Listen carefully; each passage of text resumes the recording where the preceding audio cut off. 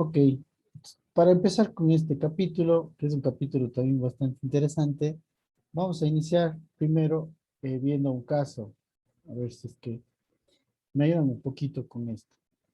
Se trata de un paciente de sexo masculino de 25 años de edad que tiene un antecedente de una cardiopatía congénita no especificada corregida hace 7 años. Al momento no lleva ningún tratamiento para esta condición. La verdad es que después de la cirugía no había necesitado ningún tratamiento.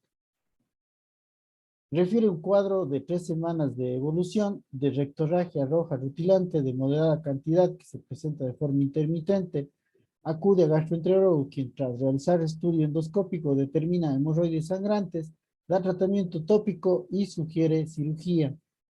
Como antecedente, él refiere una historia ya previa de sangrados. Por ejemplo, ha tenido sangrado de encías con procedimientos odontológicos y sangrado que requirió transfusión tras herida cortante en brazo derecho.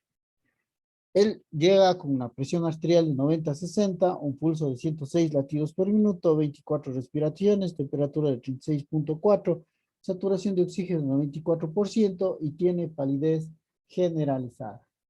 Muy bien, esta es, digamos, el resumen de la historia clínica de este caso en particular. Entonces, si nos ponemos a hacer el análisis, empezamos a buscar los problemas. ¿Cuál es el problema central que tiene este paciente? La retrorragia rojo rutinante, que está Exacto. en moderada cantidad. Ujú, muy bien, la rectorragia. Ahora esta rectorragia nosotros ya sabemos cuál es la causa. ¿Cuál es la causa de la rectorragia? Ya vino con el gastroenterólogo, ya le resolvió, o ya vio cuál era el problema. ¿Cuál es? Las hemorroides sangrantes. Hemorroides, ¿no? Hemorroides sangrantes. Entonces, ese es el Pero problema. también puede ser las fisuras anales. Bueno, aparentemente no tiene fisuras, sino más bien serían los hemorroides los que producen sangrado. Ya. ¿Qué otro problema más tiene este paciente? Que puede o no estar asociado al sangrado. El sangrado de las encías. Ya, la historia, ¿no? Tiene una historia de sangrado. En esta historia de sangrado tenemos sangrado de encías. ¿Qué Y el más? brazo. Y un sangrado y un Accidente traumático. sangrado por trauma, sí, correcto, trauma sería, ¿no es cierto? Que necesitó transfusión de hemoderivados, ¿no? Ya, ¿qué más? ¿Qué otro problema? Estos serían los problemas básicos. ¿Qué otro problema más tiene en la historia? En el resumencito. El antecedente de cardiopatía congénita. Ya, una cardiopatía congénita que el paciente no sabe especificar. En todo caso, ahorita tenemos datos asociados a cardiopatía.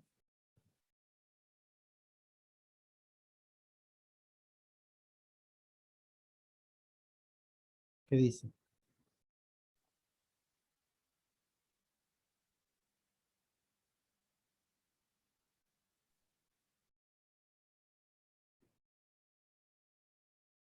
No, no, no tenemos, ¿no es La, cierto? Datos de corazón, la verdad es que no hay. ¿Qué más tiene el paciente? ¿Qué otro problema? la palidez generalizada. Ajá, la palidez. ¿Qué la palidez significa? ¿Qué problema? Un síndrome anémico. Anemia, ¿no es cierto? Anemia. Ahora, la anemia en este paciente no es muy difícil pensar por qué puede ser la anemia que tiene. Por deficiencia de hierro, o sea, por sangrado. Por sangrado, ¿no es cierto? Slash sangrado. Incluso podría ser sangrado agudo, ¿no? Aparentemente. ¿Qué otro dato en el examen físico llama la atención? Está hipotenso y taquipneico. Ujú. Bueno, hipotensión está en la rayita. ¿Cuánto es para decir que está hipotenso? Menor de 80 en la Menor de sistólica. 90, menor de 60 o una presión arterial media menor de 65. En todo caso, él no cumple, ¿no? Ni tiene menos de 65, ni tiene una presión menor de 90-60. No está hipotenso, pero sí está taquicárdico. ¿Ya qué significa esto de taquicardia? La taquicardia que tiene. ¿Tiene alguna implicación? Por la hemorragia. Por el sangrado, exacto.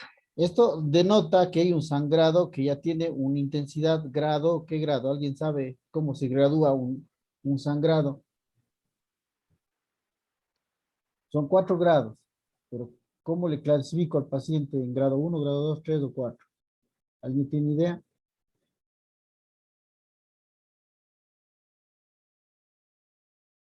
Cuando hablamos de shock hipovolémico, específicamente ese es el tema, sí, shock hipovolémico se estadifica según la cantidad de sangrado. Una pérdida igual a 500 mililitros significa un choque grado 1. El problema está justamente en eso. ¿Cómo yo digo que mi paciente perdió 500 mililitros? ¿Cómo sé que no perdió más o cómo sé que no perdió menos? Preguntando es difícil.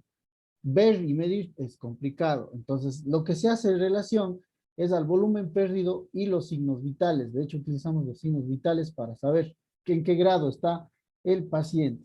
Paciente con sangrado y que no tenga alteración de signos vitales, es decir, pulso normal, tensión arterial normal, ese paciente está en grado 1, es decir, una pérdida aproximada de 500 mililitros. Paciente que esté taquicárdico, pero que mantenga las cifras de presión todavía normales, estaría en un grado 2. Hay una pérdida aproximada de 1000 a 1250 mililitros de volumen. Un paciente que tiene un expirado 3, ese paciente ya tiene, además de taquicardia, tiene hipotensión. El sangrado está alrededor de los 1500 mililitros, ¿sí? Entre 1500 y 1750. Y grado 4, aparte de tener taquicardia y hipotensión, hay alteración del estado de conciencia. Con la alteración del estado de conciencia decimos una pérdida mayor a 1750 mililitros. Con esta clasificación, ¿en qué grado estaría este paciente? Grado 2. Está en un grado 2, ¿no es cierto? Si tiene un sangrado grado 2, que no es despreciable, es un sangrado ya importante en este paciente.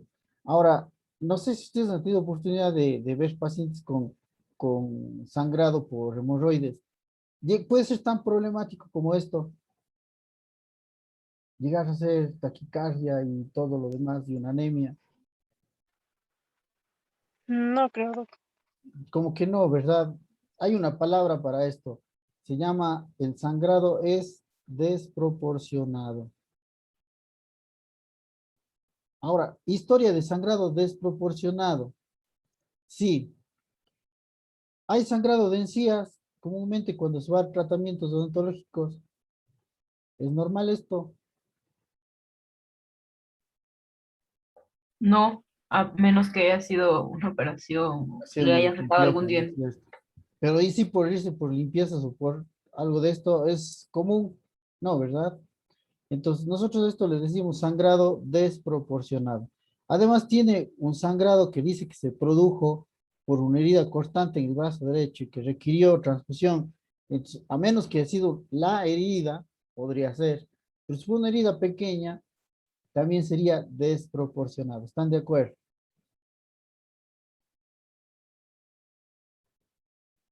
¿Sí o no?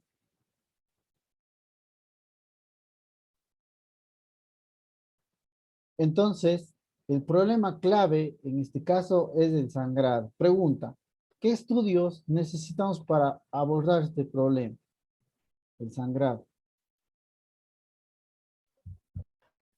Tiempos de coagulación, un hemograma, más biometría con reticulocitos. Los Y tiempos de también las coagulación. plaquetas. Exacto. Y la TPP. biometría, más Esos que... son los tiempos de coagulación. Ajá. Y la biometría, correcto, no por tanto por la hemoglobina, sino más bien por las plaquetas, ¿no es cierto? Ya vimos en las clases anteriores que la trombocitopenia, pues es parte de sangrado, vimos que tiene que ver con el sangrado. Aunque este paciente no tiene equimosis, no refiere equimosis, no se refiere ni petequias, ¿no es cierto? No tiene nada en piel. Lo que refiere más bien es este tipo de sangrado en mucosa, ¿no? Digamos. Estamos hablando de sangrado de hemorroides, estamos hablando de sangrado de procedimientos odontológicos y esta herida, pues obviamente que también produce sangrado. Ok, vamos a ver los resultados. ¿Están de acuerdo todos? ¿Alguien tiene algún criterio? Está bien.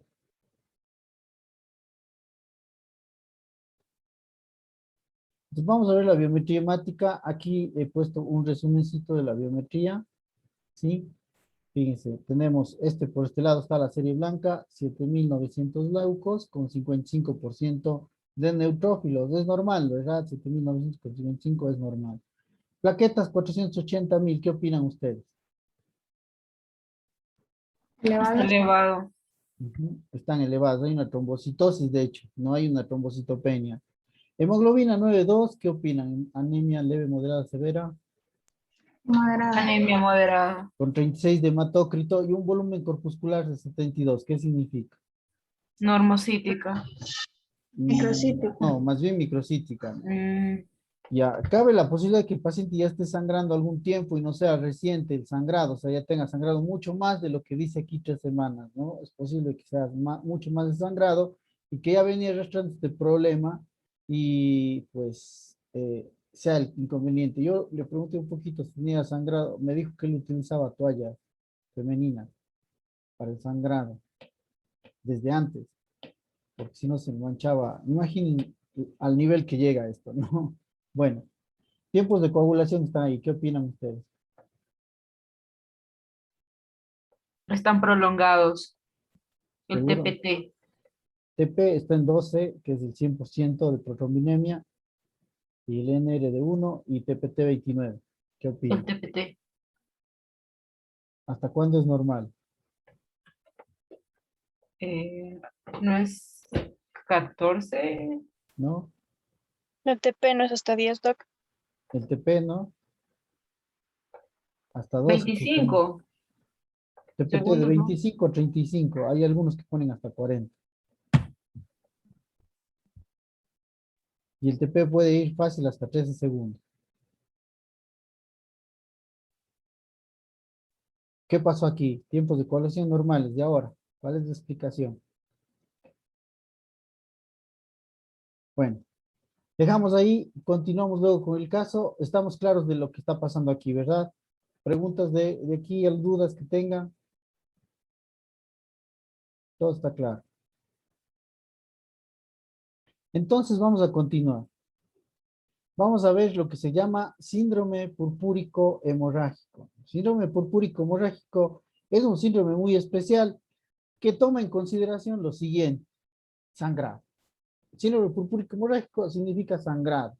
Y este sangrado, para nosotros considerarlo como este síndrome como tal, tenemos que cumplir una de dos condiciones. Una, que no haya una causa aparente. Es decir, el paciente de pronto presentó un sangrado y no hubo motivo, razón o circunstancia para empezar a sangrar. Y dos, tiene que ser desproporcionado según la causa. Como ustedes comprenderán, lo más común y lo más frecuente es que el sangrado sea desproporcionado según la causa. Desproporcionado. Ya. Ahí hablamos de síndrome purpúrico hemorrágico. Ahora, este síndrome puede verse tanto en piel como en mucosa.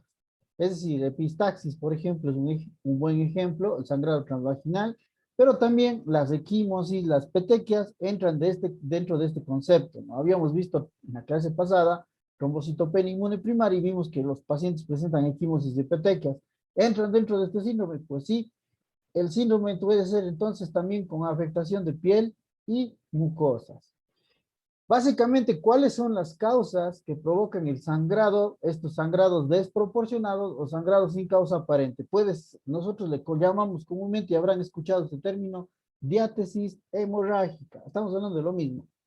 El síndrome purpúrico hemorrágico también se llama síndrome hemorragiparo y también le llaman diátesis hemorrágica por trastornos en la coagulación, por alteración de las plaquetas, por alteraciones vasculares o por etiología compleja, es decir, que se junten varios de estos y que nos produzcan la alteración.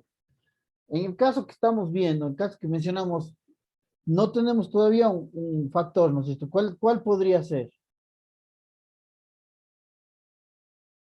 De todas estas. Hemorragia por alteraciones vasculares. Que era aquí, ¿no es cierto? Tenemos plaquetas normales, tiempos de coagulación normal, alteración posiblemente vascular, O etiología compleja. etiología compleja. Bueno, ya vamos a ver más adelante. No, pero es una idea, tener una idea de qué es lo que puede estar pasando con los pacientes. Entonces, hay una herramienta que ustedes pueden buscar en línea que se llama Bleeding Score. Déjenme nota aquí. Es de la International Society Hemostatic and Thrombosis. Es de la Sociedad Internacional de Hemostasis y Trombosis. Este score ustedes lo encuentran, está disponible en la red de forma gratuita y nos sirve para evaluar este tipo de trastornos. ¿Sí? Trastornos hemorrágicos desproporcionados o que sí no tengan una causa aparente.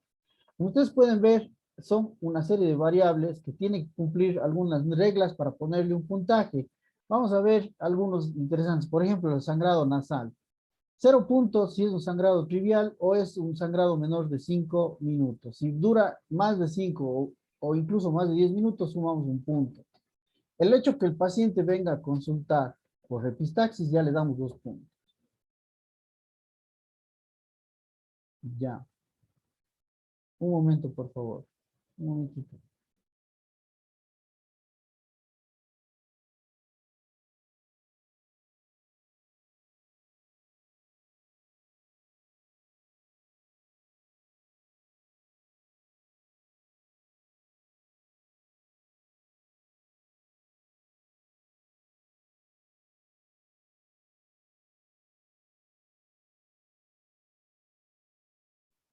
Perdón, la interrupción. Bueno, entonces, es 2 puntos si consulta por esto.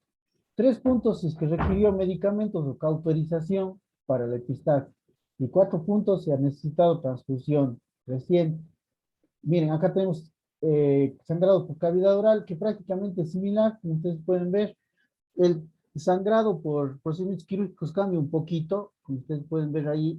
Por ejemplo, dice, si no hubo sangrado en las últimas 2 cirugías, menos 1 punto incluso. Si es que ha tenido sangrado en una cirugía, 0 puntos. Si reporta sangrado en menos del 25% de todos los procedimientos, 1 punto. En más del 25% de todos los procedimientos, 2 puntos. Si ha necesitado medicamentos, sutura hemostática o medicamentos para controlar el sangrado, 3 puntos. Si se ha necesitado reemplazar transfusiones, pues 4 puntos. Casi todos son más o menos igual, como ustedes pueden ver, con algunas situaciones, por ejemplo, el sangrado cutáneo. Aquí 0 puntos si es menor de 1 centímetro. Si es más de 1 centímetro y sin trauma, 1 punto. Y si viene a consultar, 2 puntos. Aquí no hay más puntos por el sangrado cutáneo. En cuanto al sangrado gastrointestinal, que es el sangrado de nuestro paciente específicamente, si no hay sangrado, 0 puntos. Si está sangrado a úlcera, hipertensión, hemorroides, angiodisplasia, 1 punto. Si el sangrado es espontáneo, 2 puntos. Y si 3, si es que el paciente ha tenido sangrado, sí, por, digamos, se ha utilizado hemostáticos para detener el sangrado o ha requerido transfusión, le sumamos 3 puntos. Entonces, la cuestión es la siguiente. En nuestro paciente en particular, ¿cuántos puntos le ponemos? Aquí en sangrado gastrointestinal. ¿Cuánto le pondrían ustedes?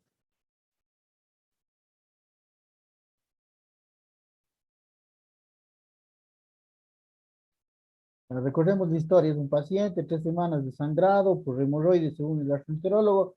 El gastroenterólogo ya le dio medicamentos y le sugirió cirugía. ¿Cuántos puntos necesita? ¿Cuántos puntos le ponemos en esta escala?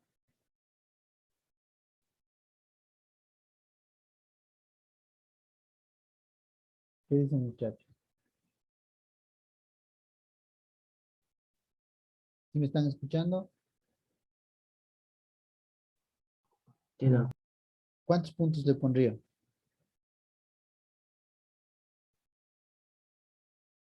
1. Es que se ha tenido sangrado. Claro, por hemorroides, pero además, digo, le vio el gastroenterólogo, ya le dio medicamento y le sugirió cirugía. ¿Cuántos puntos le ponen? ¿Era 1? 3 o 4. 3, ¿no? No dice aquí más que 3, ¿no es cierto? El paciente requiere tratamiento quirúrgico. Entonces, el paciente tiene 3 puntos. ¿Qué otro tipo de sangrados tenía? Según el historial de sangrado. Sangrado oral. Por extracción dental, ¿no? Aquí está tu Sí. extracción dental. Dice aquí -1 si no ha habido sangrado en las últimas 2 extracciones. 0 si ha sido en la última, más de una extracción. Si reporte menos del 25%, 1 punto. En el más del 25%, 2 puntos. Se han necesitado suturas o paquetes, por ejemplo, para control de sangrado, 3 puntos. Y transfusiones, 4 puntos. ¿Cuántos puntos podríamos ponerle aquí? 2. Exacto, 2 puntos, ¿no? Porque él reporta que ha tenido sangrado con los procedimientos, pero no nos reporta ninguno de los anteriores. Ahora, ¿qué otro tipo de sangrado tenía?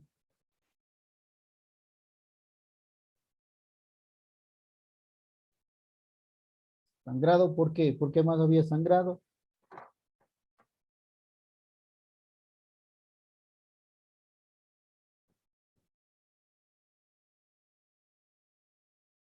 Por el accidente traumático del brazo. Ujú, correcto.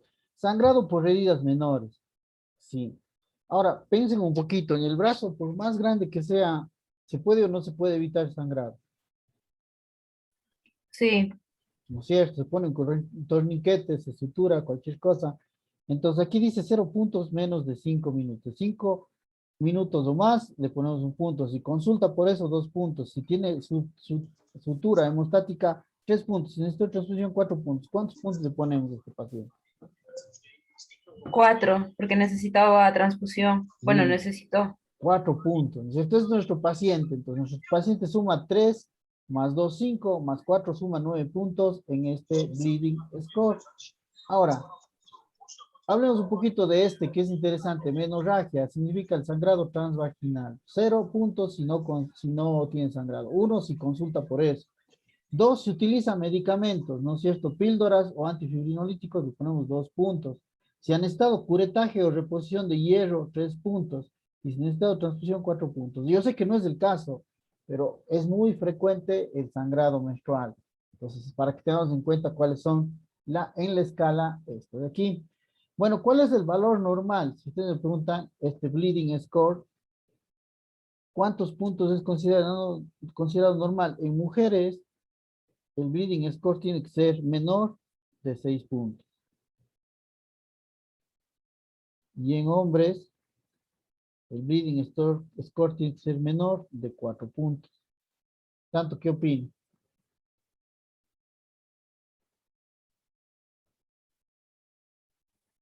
¿Este paciente tiene o no positivo su score? Positivísimo. Ujú. Ya, esto significa que el paciente tiene una enfermedad de la sangre, una enfermedad, digamos, primaria de la sangre, un problema de coagulación directamente que tenemos que investigar cuál. Entonces vamos a aprender cómo hacemos el abordaje de estas enfermedades, pero primero tenemos que hablar de las enfermedades. Vamos a hablar de esta enfermedad que se llama hemofilia. No sé si han escuchado eso antes. Bueno, la hemofilia es un trastorno hereditario que se transmite de padres a hijos, pero es un trastorno recesivo y está ligado al cromosoma X. Entonces, esto es muy interesante, ¿no? La mujer tiene XX y los varones tienen XY. ¿Tiene algún significado esto?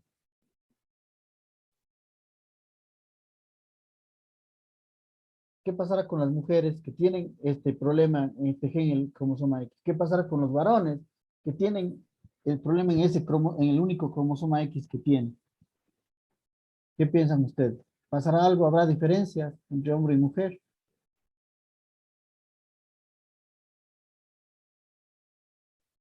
¿No? Bueno, vamos a ver, Es ¿sí? Dígame. que o sea, que es una enfermedad que se va a manifestar más en mujeres que hombres. De hecho, al revés. La mujer tiene 2 cromosomas X, por tanto está protegida. El varón solo tiene uno. Y ese es el enfermo. Entonces, el problema es los varones, ¿no? Las mujeres se comportan como portadoras, mientras que los varones tienen la enfermedad. Entonces, la hemofilia A es una deficiencia del factor 8 de la coagulación, mientras que la hemofilia B es la deficiencia del factor 9 de la coagulación. ¿Qué tienen en común estos dos factores de la coagulación? ¿Qué problema, en dónde les encontramos a estos dos factores, factor 8 y factor 9? ¿En qué vía, en qué cascada? En la intrínseca. En la vía intrínseca, correcto. Entonces se altera la vía intrínseca de la coagulación. Nosotros la hemofilia A la encontramos en 1 por cada 5.000 varones nacidos vivos. Ok, imagínense, solo son varones, no mujeres. Las mujeres son portadoras. Y la hemofilia B se encuentra en 1 por cada 25.000 varones nacidos vivos. ¿Sí? Entonces, ¿cómo se transmite? Ya hemos dicho eso, ¿verdad? Es un trastorno recesivo ligado al cromosoma X, por tanto se afectan más los varones. Las mujeres son solo portadoras, Ahora, no es que por el hecho de ser portadoras no tengan ningún problema, sí, tienen un fenotipo de enfermedad leve, o sea, sí sangran un poco más que las mujeres que no tienen este problema, pero la verdad tampoco es muy intenso. Entonces, usualmente cuando un varón normal se casa con una mujer portadora, el 25% de los hijos van a tener la enfermedad y el 25% de las hijas van a ser portadoras.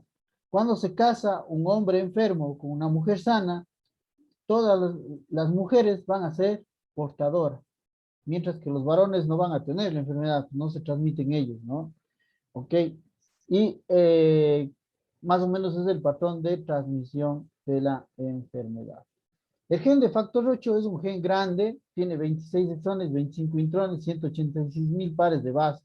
Es decir, hay mucho lugar donde se puede afectar.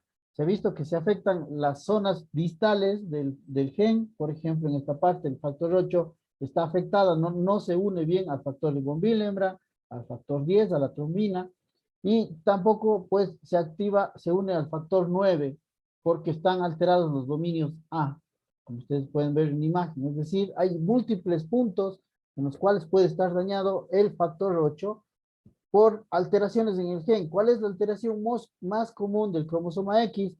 Es la inversión de alguno de los exones, perdón, del gen del factor 8. Por ejemplo, aquí, ¿qué es lo que pasó? Se dio la vuelta, ¿no? Se dio la vuelta, si se fijan.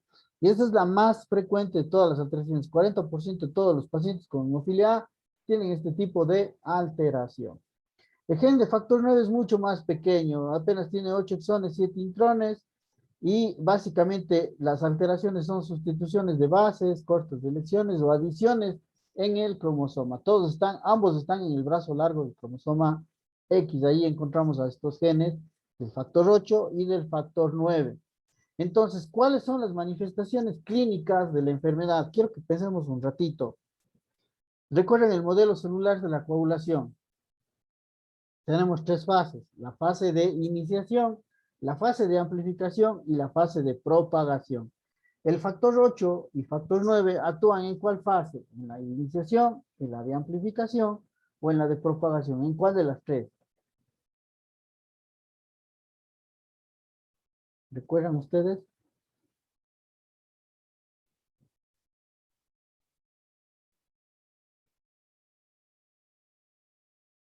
¿No?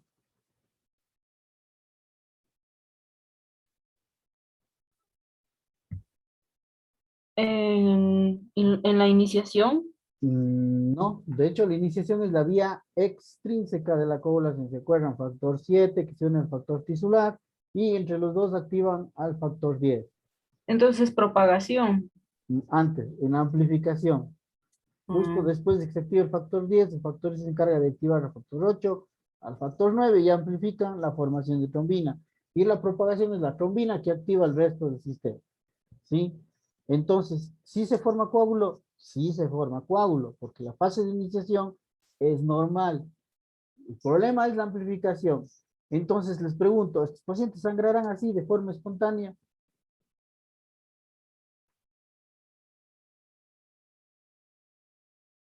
¿Qué piensan? Si inicia la coagulación, ¿qué creen ustedes? ¿Sangrarán de forma espontánea? No, pero sí con el más mínimo Exacto, solo un mínimo golpe y ya. golpe, ¿No sí, es cierto? o antecedente. Ok, perfecto. Depende de la severidad y la edad. No es lo mismo en niños más pequeños de niños mayores, ¿no? Esto se ve en niños, por eso estoy hablando de niños. En adultos prácticamente ya es diferente. La hemofilia grave, que es la forma más severa de enfermedad, corresponde, esto es muy importante, a menos del 1% de la actividad del factor, es decir, menos del 1% de la actividad del factor, menos de 15, menos del 1% de la actividad de factor 8 o factor 9. Esto se llama hemofilia grave, tiene menos de 1% de actividad, o sea, prácticamente no funciona. Entonces aquí ponen sangrado espontáneo en músculos y articulaciones ante un mínimo trauma y a temprana edad. Pero ya vamos a ver que no es tan cierto que sea espontáneo. ¿Por qué? Así es el patrón de sangrado por edad. Fíjense, en niños pequeños, neonatos, el sangrado más frecuente es el sistema nervioso central, 1 o 4% de casos. ¿Por qué el sistema nervioso central?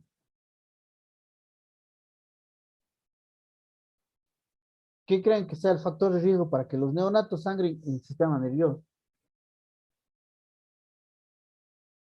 Ustedes que andan en clases de ginecología y ven las maniobras de Leopold, supongo que están viendo todo lo que es el proceso para el descenso, ¿no es cierto? De la cabecita del bebé y todo. ¿Por qué puede producirse sangrado del sistema nervioso en estos niños neonatos?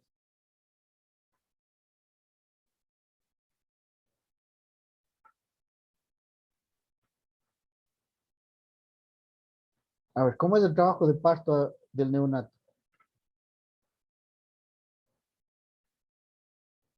Ayer vieron eso.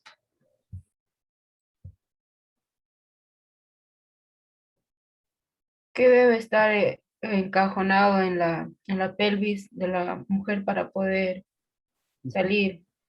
Y va dando la vuelta, ¿no? El niño va dando la vuelta como Sí, si fuera un tornillo, ¿no es cierto?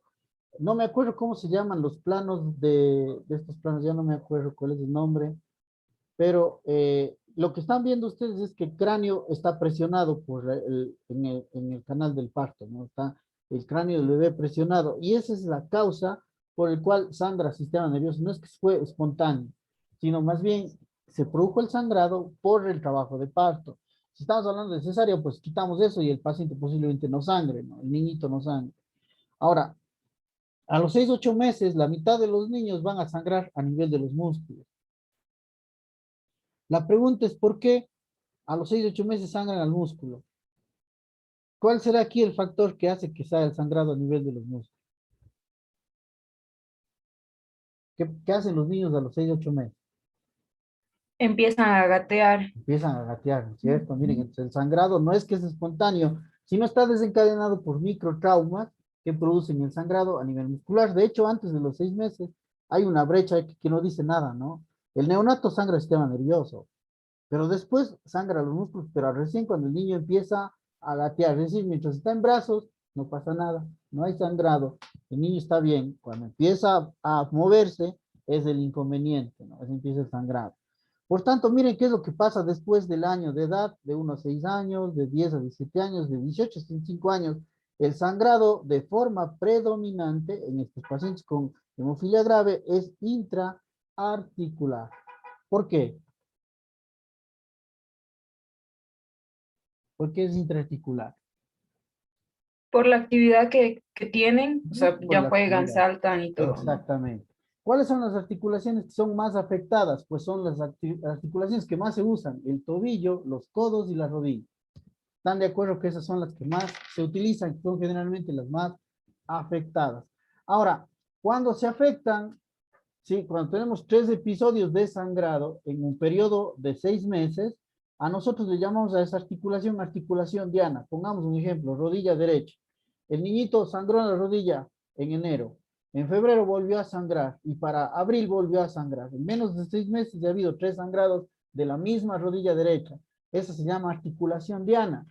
¿Y por qué es necesario saber eso? Porque esa articulación, la rodilla derecha, va a tener un problema que se llama artropatía hemofílica. Artropatía hemofílica, es decir, daña la articulación y entramos en un proceso de anquilosis. ¿Qué es la anquilosis? ¿Alguien sabe qué es?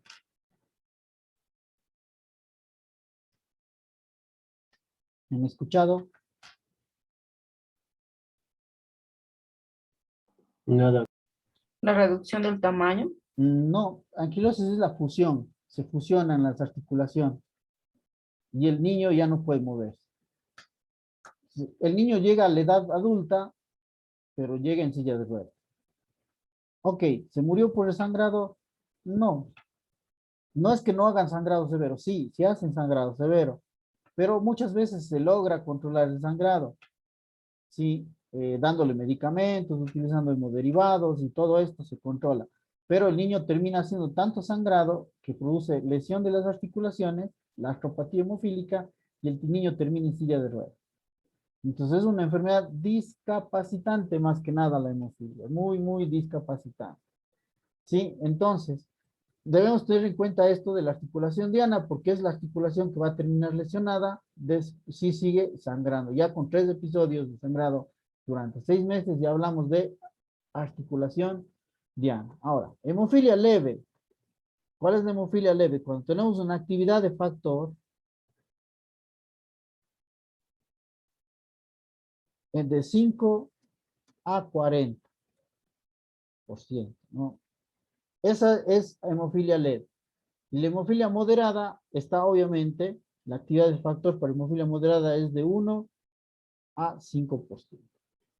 ¿Cierto? Y recuerden que la hemofilia severa era menos del 1%. Entonces aquí sería la clasificación para ver estos pacientes con hemofilia leve y con hemofilia moderada. ¿Qué es lo que pasa con estos pacientes? Ya no sangran tanto, ya la hemofilia grave es grave, pero en estos pacientes ya no tenemos tanto sangrado y el sangrado suele ser consecutivo al trauma, es decir, se lastimó y sangró de manera importante. ¿Sí?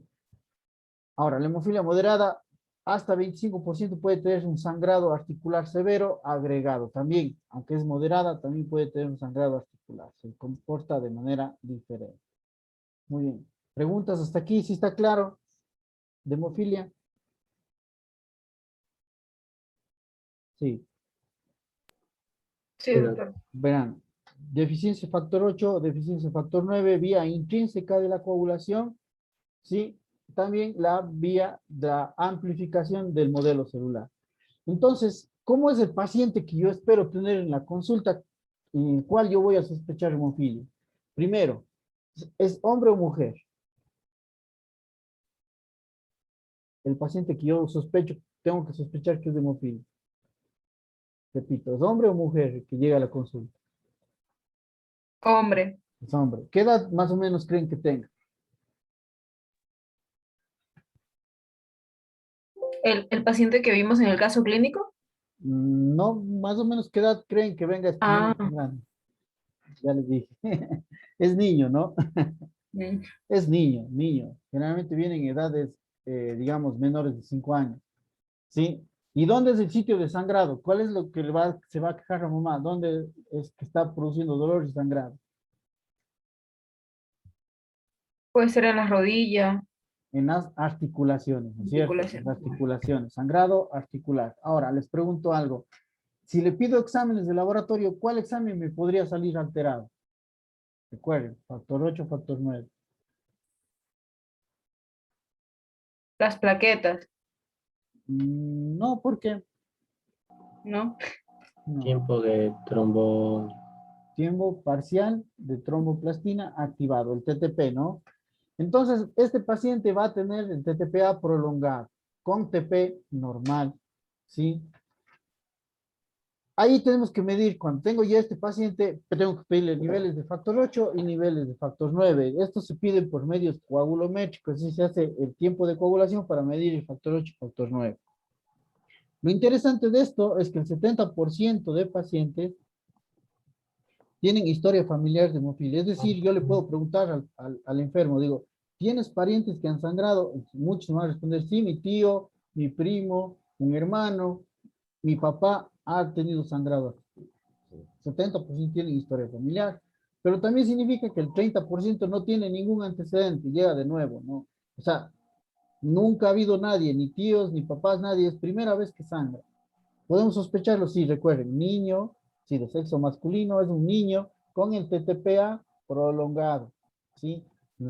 Para confirmar el diagnóstico hay que pedir niveles de factor 8 o niveles de factor 9 y sabemos si es de hemofilia A o si es de hemofilia B, ¿no es cierto? Bueno, ¿cuál creen que es el tratamiento de la enfermedad?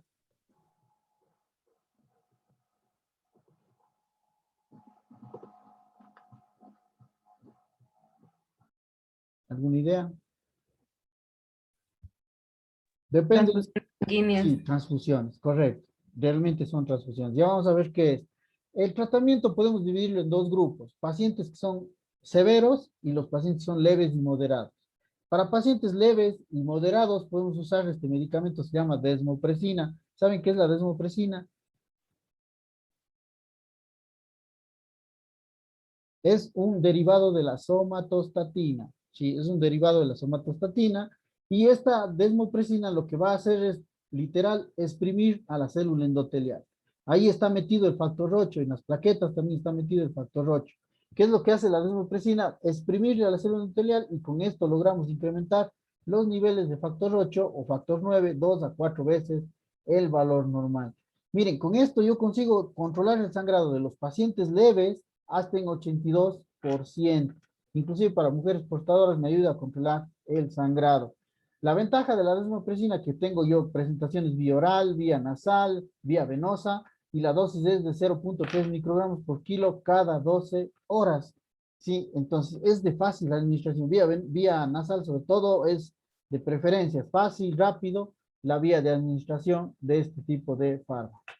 ¿Cuál es el problema? Depende de la reserva del endotelio. Es decir, si se acaba el factor 8 que tiene el endotelio, por más que le exprima, pues va a llegar a un punto en que no va a salir nada, ¿no?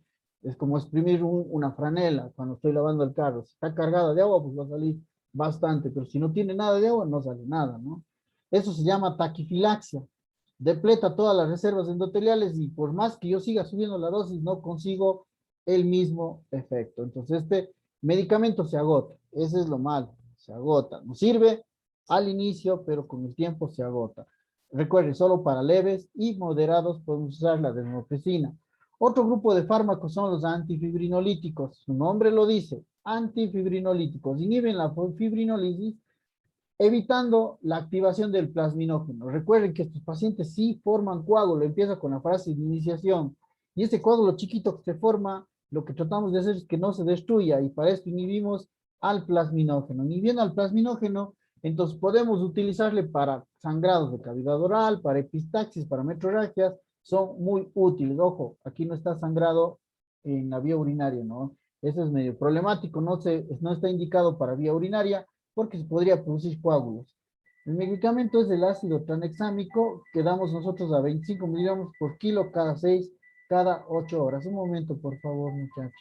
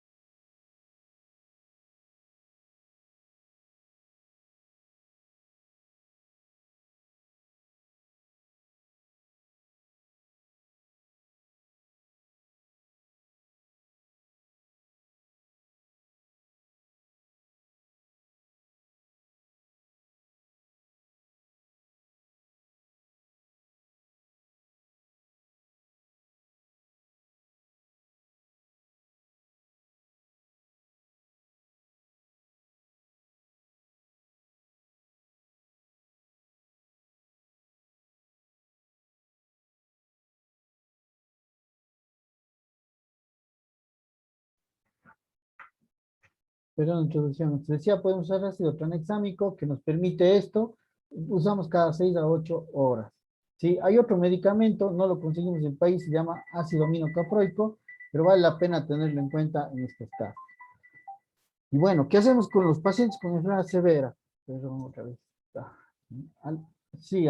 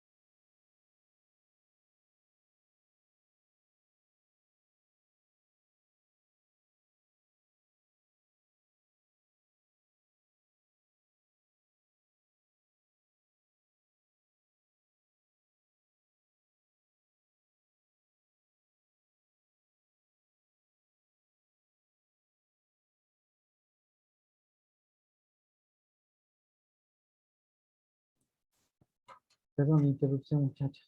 Bueno, les decía, ¿qué hacemos con los pacientes graves? A ellos hay que reemplazar el factor. Entonces, nosotros tenemos preparados de factor 8 y de factor 9 que se pueden administrar vía venosa.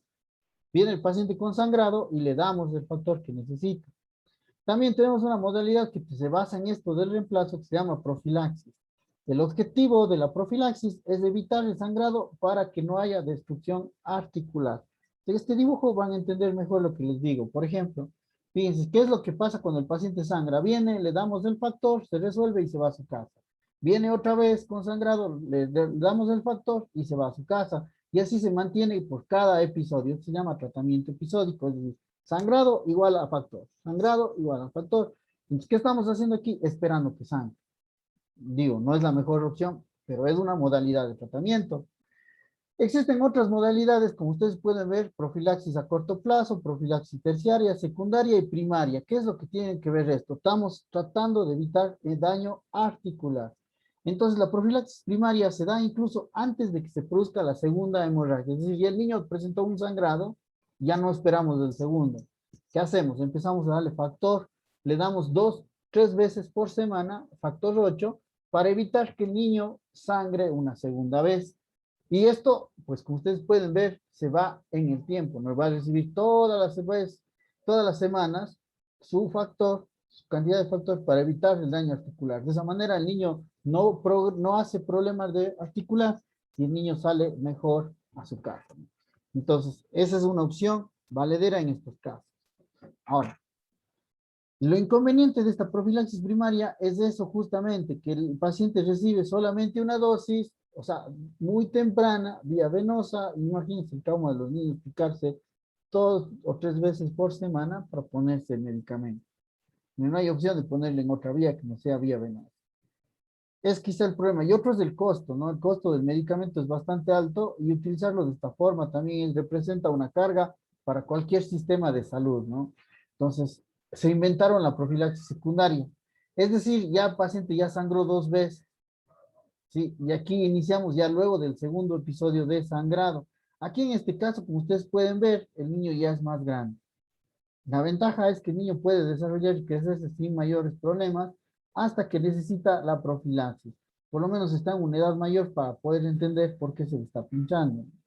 Y profilaxis terciaria es antes de que aparezca enfermedad articular. Aquí no depende del número de sangrados, sino más bien depende de, digamos, de que no tenga daño articular. Se le vigila las articulaciones hasta que vemos que ya empieza a aparecer datos de enfermedad articular y empezamos con la profilaxis.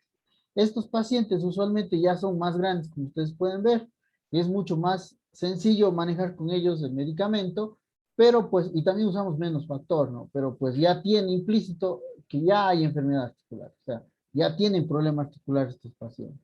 Y tenemos una modalidad interesante que se llama profilaxis a corto plazo. ¿Cuál es esta? Le damos profilaxis solamente cuando el paciente tiene riesgo. Por ejemplo, empieza a caminar, empieza a ir a la escuela, ¿sí? Empieza a hacer deportes, empieza a hacer alguna actividad que signifique riesgo y se le da profilaxis para evitar el sangrado. De todas, ¿cuál es la más efectiva? Pues siguen, según los estudios, la profilaxis primaria. Con todas las ventajas y desventajas, pues es hasta ahora una de las más aceptadas. Tal vez en países como el nuestro, usamos más profilaxis secundaria, incluso profilaxis terciaria en nuestros pacientes. No sé si tienen alguna pregunta hasta aquí del manejo.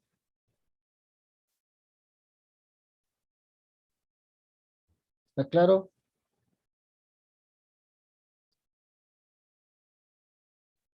¿Preguntas?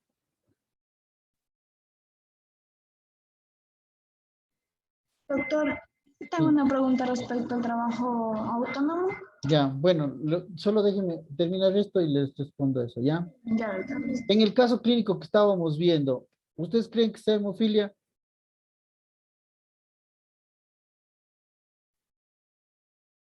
¿Qué dice? En este caso en particular, ¿será hemofilia? 1, ¿es varón? Sí es varón. 2, tiene 25 años. 3, el sangrado fue sangrado de encías, sangrado en una herida, y pues De hecho, tuvo una cirugía, no nos reportó él ningún problema con cirugía, no. No sé, fue fuera del país, no sé si tomaron precauciones, pero en todo caso no se había hecho nada durante esa cirugía. Y ahorita viene por rectorragia. ¿Creen que este paciente sea hemofilia?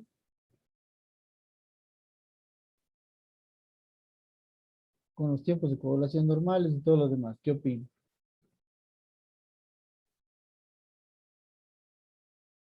No. No parece, ¿no es cierto? Vamos a dejarle colgado al caso para la siguiente clase. ¿Preguntas?